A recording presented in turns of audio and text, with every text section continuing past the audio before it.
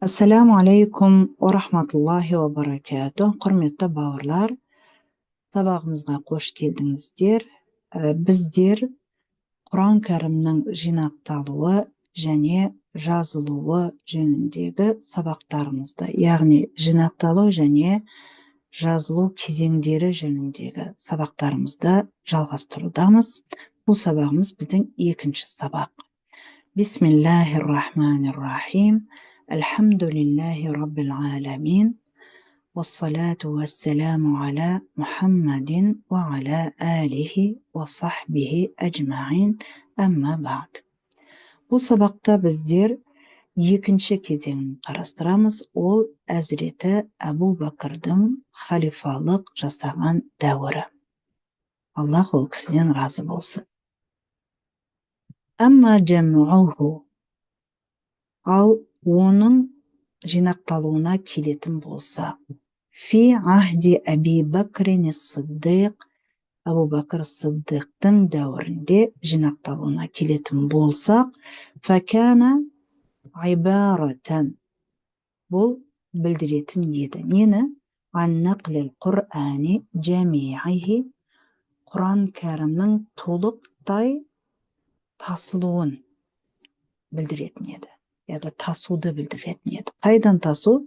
Минәл асиби, яғни құрма ағашының қабығында жазылған сүрелерден, аяттардан, уәл-лихафи, тастарға жазылған тастардан, уәр-руқаи, терілерден, уәл-айзами, және сүйектерден Құран кәрімді тасу, яғни жазу, қайта жазу. Уә китаба тихи дейміз. Ан нақли Құр'ани уә китабатихи. Қай жерге жазу? Фи мәкәнин уахид. Барлығын жинақтап, бір жерге жинақтап жазу. Бұл жерде мына мәселеге мән беруіміз керек. Яғни Хазіреті Әбу Бәкір кезінде ретке салынған жоқ. Сүрелер, сүрелердің ішіндегі аяттар. Сүрелердің ішіндегі аяттар Пайғамбарымыз саллаллаху алейхи уассаламның кезінде ретке қойылған. Алайда Пайғамбарымыздың уағында бүкіл Құран бір Құран ретінде жинақталып жазылмады. Көбіне сахабалардың жадында сақталды. Яғни қарилар жатқа Құранды оқыды. Алайда сүйекке, теріге, құрма ағашының қабығына, тағы басқаға аяттарды жекелеген, сүрелерді жазғандар болды. Мұнда сол бүкіл жазылған жазулардың бәрін жинақтады. Алайда қай тәртіпке қарай жинақталды, сол жөнінде сөз қозғалады. Уахия сухуфу, яғни фи мәкәнин уахид, бір орынға жинады. Ол бір орын дегеніміз уахия сухуф, ол парақшалар. Алайда қандай парақшалар? Мураттабатул аят, яғни аяттар өзінде реттелген парақшалар.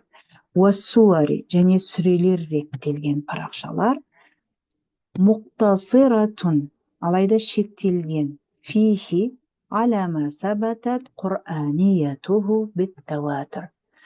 Тауатыр жолымен, яғни көптеген топтан, қарилар тобынан басқа бір кісілерге толық ақтарылған, сондай жолмен жеткізілген Құран екендігі нақты белгілі болған аят және сүрелермен шектелген, аяттары мен сүрелері реттелген парақшалар еді. Әзіреті Әбу Бәкір кезіндегі Құранның алғаш толықтай бір жинақ ретінде парақшаларда жинақталуы.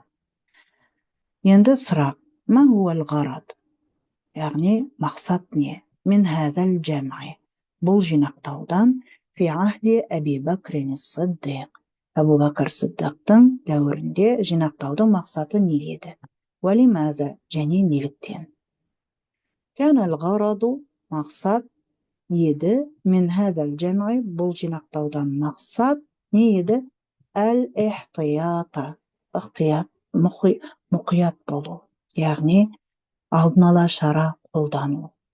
Уәл-мубалағата, және де асыра мән беру. Қандай мәселеге? Фи хифзи хазал китаби. Осы кітапты қорғау мәселесіне асыра мән беру. Не үшін? Хауфан алейхи ва аля шейин минху. Құран үшін және Құраннан кез келген бір нәрсе үшін, бір бөлік үшін қорқу. Неден қорқу? Минаттая, яғни жоғалып кетеме деген қорқуға байланысты Құранды сақтауға ерекше мән беру. Неліктен? Бисәбәби маути кәсирин мин хамалатихи ва хуффазихил кибар. Яғни Құранды тасушы, Құранды жатқа алған ұлық сахабалардың көбінің өліміне байланысты, қайтыс болуына байланысты. Алайда қандай қарилар? Әлләзина қутила минхум ададун язиду аля саб'ина фи ма'ракатил ямама. Ямама шайқасында 70-тен астам сахабаның араларында 70-тен астам сахабаның қайтыс болған үлкен сахабалардың да көбінің қайтыс болды. Яғни негізі сахабалардың көбі дүниеден қайтты, ал солардың ішінде 70-і тіпті бір шайқастың өзінде шейіт болуына байланысты Құран жадта сақталды ғой, сахабалардың жадында. Әлі толық бір кітап түрінде қолда жоқ. Тек толық кітап түрінде, толықтай тек қарилардың жадында сақталғандықтан, ол қариларда я дүниеден өтіп, я бір шайқастың үстінде 70-тен астам сахаба шейіт болғандықтан, осы қауіпке байланысты Құранды қорғау мақсаты қойылды. Енді осы кезеңге байланысты Бұхариден риуаят келтіріледі. Уақад рауа риуаят етті әл-Бұхари фи сахихи, өзінің сахих жинағында, ан Зайдин ибн Сәбит, Зайд бин Сәбит радиаллаху анхтан риуаят етеді. Аннаху қала, оның бұлай дегендігін риуаят етеді. Арсала илайя Абу Бакрин радиаллаху анху. Абу Бакр радиаллаху анх маған жіберді, яғни бір елшіні жібереді оған. Мақтала әхлил ямама. Ямама шайқасына қатысқан кісілердің қайтыс болғаннан кейін дейді. Әй ақиба истишади кибарил хуффаз. Қарилердің ең алда келгендерінің, енді алдыңғы қатарлы қарилардың шейіт болуынан кейін, бірден Абу Бакр маған елші жіберді дейді. Фаиза Умару джалисун индаху. Келсем, Омар оның жанында отыр екен. Фақала Абу Бакрин, Абу Бакр былай деді. Инна Умара джаани. Омар маған келді. Фақала, келді де былай деді. Иннал қатла қад истахарра, әй кәсура уаштадда. Өлім, яғни өлім дегенде бұнда өлтіру, өлім қатты көбейді, күшейе түсті. Яғни шайқаста шейіт болғандардың саны өте арта түсті. Яумал ямама, ямама күнінде. Би құрраил Құран. Әсіресе Құранды жатқа оқыған, яғни қариларда бұл күшейе түсті. Яғни қарилардың қатарында шейіт болғандар арта түсті. Ва инни, шын мәнінде мен ақша қорқамын, ән естахиррал қатлу бил Құран. Яғни қарилардың шейіт болуы арта түсеме деп қорқамын, фи күллил мауатин, барлық жерде. Фаязхабу, осылайша, минал Құрани кәсирун, Құраннан көп нәрсе кетіп қалама деп қорқамын. Өйткені сол қарилардың жадында ол Құран. Солар қайтыс болуына байланысты Құран кетіп қалама деп қорқамын. Ва инни ара, және шын мәнінде мен былай деп ойлаймын. Ән тәмура бил жам'ил Құран.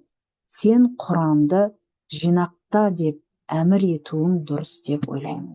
Яғни әмір еткенің дұрыс болар деген көзқарастамын. Өйткені халифа ол Абу Бакр, пайғамбарымыздан кейін, саллаллаху алейхи ва саллям.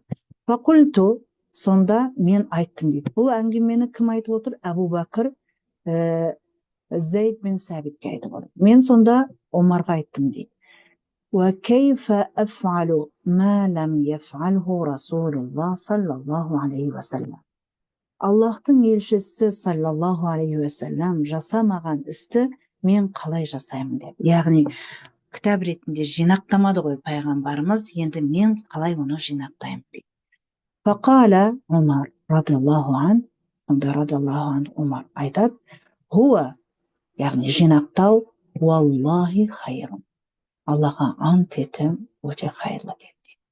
Фалам езәл юражиуни фи залик, осы мәселе жөнінде маған қайта әңгіме етуін жалғастырды. Хәтта шарахаллаху садри, Аллах менің жүрегімді ашқанға дейін. Яғни менің көңіліме бұл пікір орныққан, Аллаху Тағала бұл пікірді орнықтырғанға дейін. Қай пікірді? Лиллази шарахаллаху лаху садра Умар. Яғни Аллаху Тағала Хазіреті Омардың жүрегін ашқан нәрсеге менің жүрегімді де ашқанға дейін ол айтуын жалғастырды. Вараайту фи залика аллази раа. Мен де ол барған көзқарасқа мен де бардым дейді. Иә, Құранды жинақтау ең қайырлысы деген пікірге мен де бардым дейді. Неліктен? Өйткені сахабалардың дүниеден өтуі әрі шайқаста шейіт болуы арта түсті. Ал Құран толықтай сол сахабалардың жадында еді. Келесі видеода келесі тақырыпты ары қарай жалғастырамыз, өйткені хадис аяқталған жоқ. Видеолар біраз қысқа болу үшін осы жерде екінші видеоны аяқтаймыз. Үшінші видеода келесі параграфтан жалғастырамыз, иншалла.